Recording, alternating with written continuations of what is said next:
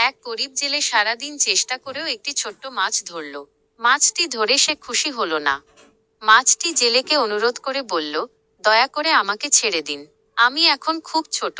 আমাকে ধরে আপনার কোনো লাভ হবে না। মাছটি আরো বলল, আমি বড় হয়ে গেলে আপনি আমাকে আবার ধরবেন, তখন আমার ওজন অনেক বেশি হবে। জেলেটি তখন কিছুক্ষণ ভাবল। সে বুঝল, এখন একে ছেড়ে দিলে বড় হয়ে একে পাবো কি না তার কোনো নিশ্চয়তা নেই।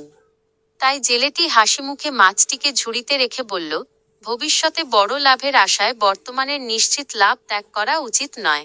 যা হাতে আছে তার মূল্য দাও। ভবিষ্যতের অনিশ্চিত বড় লাভের আশায় বর্তমানের নিশ্চিত ছোট সুযোগ বা লাভকে হারানো বুদ্ধিমানের কাজ নয়। গল্পটি যদি আপনার মন ছুঁয়ে যায় তবে অনুগ্রহ করে একটি লাইক দিন।